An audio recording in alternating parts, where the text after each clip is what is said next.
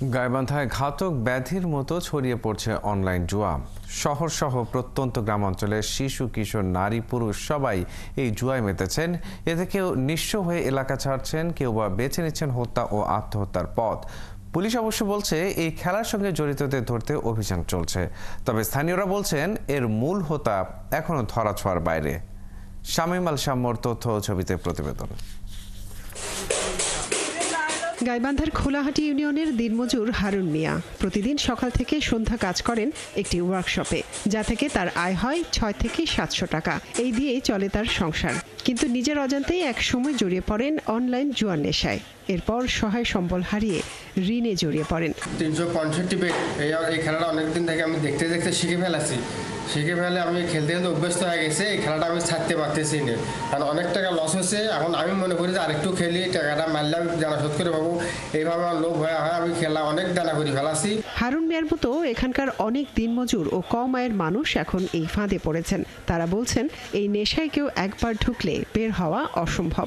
যাই ইনকাম করে দেখা যায় যে ২০০ থুইয়া বাকি সব ৪-৫০০ টাকা মোবাইলত ভরায়, প্রতিদিন ভরাইয়া ওইগুলো খেলে। মানে লোভে লোভে খেলতে খেলতে যখন হারিয়ে যায় তখন মহাজনে জমা দিতে পারে না, ঋণগ্রস্ত হয়। তারপর ওর কাছ থেকে ঋণ নেয়। ঋণের বিল না দিতে পারলে ওর হলো মোটরসাইকেল বাহিনী আছে, মোটরসাইকেল বাহিনী যায় মনে করেন যে তুলে নিয়ে আসে। অনলাইন জুয়ায় নেশাগ্রস্ত ঝুমকা রানী বর্মনের গল্পটা আরো করুন। সর্বস্ব হারিয়ে মানসিক চাপে ট্রেনের নিচে ঝাঁপ দিয়ে আত্মহত্যা করেন তার স্বামী নয়ন। এখন ছেলেকে নিয়ে তার ঠাঁই হয়েছে ভাইয়ের বাড়িতে। এই দানা দফার আজ বলে দাও, কাল বলে দাও দিচ্ছিলাম, তাও কুলাতে পারিনি।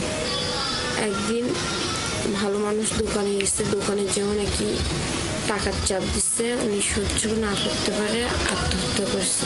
অনলাইন জুয়ায় জড়িয়ে একের পর এক হত্যা আত্মহত্যার ঘটনা বেড়ে যাওয়ায় উদ্বিগ্ন এলাকাবাসী। অনলাইন জুয়ার সাইট বাজি 365 চিহ্নিত মূল হোতা বা ডিলার আরিফুল ইসলাম ও তার সহযোগীদের গ্রেপ্তারের দাবিতে বিক্ষোভ মিছিল ও মানববন্ধন করেছেন তারা। কিন্তু তাদের অভিযোগ বারবার লিখিত দিয়েও কাউকে গ্রেপ্তার করেনি পুলিশ। তারা বিভিন্ন টাকা টুকা দিয়ে এই যুব সমাজকে আরিফুল তো একদিনের সৃষ্টি হয়নি। আরিফুলের পেছনে কারা আছে তাদেরকে বের করতে হবে। অবশ্য পুলিশ বলছে গোয়েন্দা নজরদারিতে আছেন অনলাইন জুয়ার ডিলাররা এবং তাদের ধরতে নিয়মিত অভিযান চলছে। তার তথ্য বের করা এবং তার লোকেশন বের করার জন্য আমরা সর্বোচ্চ চেষ্টা করতেছি। অ্যাজ ওয়েল অ্যাজ আমরা যদি তথ্য প্রমাণ যেগুলো আমরা কালেকশন করার চেষ্টা করছি, এগুলো কিছু হাতে পেলে আমরা আইনগত ব্যবস্থা নিয়ে মামলা মোকদ্দমা নিয়ে তাদের বিরুদ্ধে আইনগত ব্যবস্থা। এলাকাবাসী বলছেন এই জুয়ার কারণে সর্বস্ব হারিয়ে এলাকা ছেড়ে গেছেন অনেকে। মনিরা কাজুরি, ৭১।